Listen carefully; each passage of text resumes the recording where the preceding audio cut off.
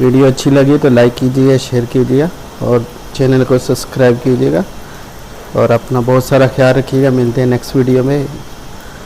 अल्लाह हाफिज़।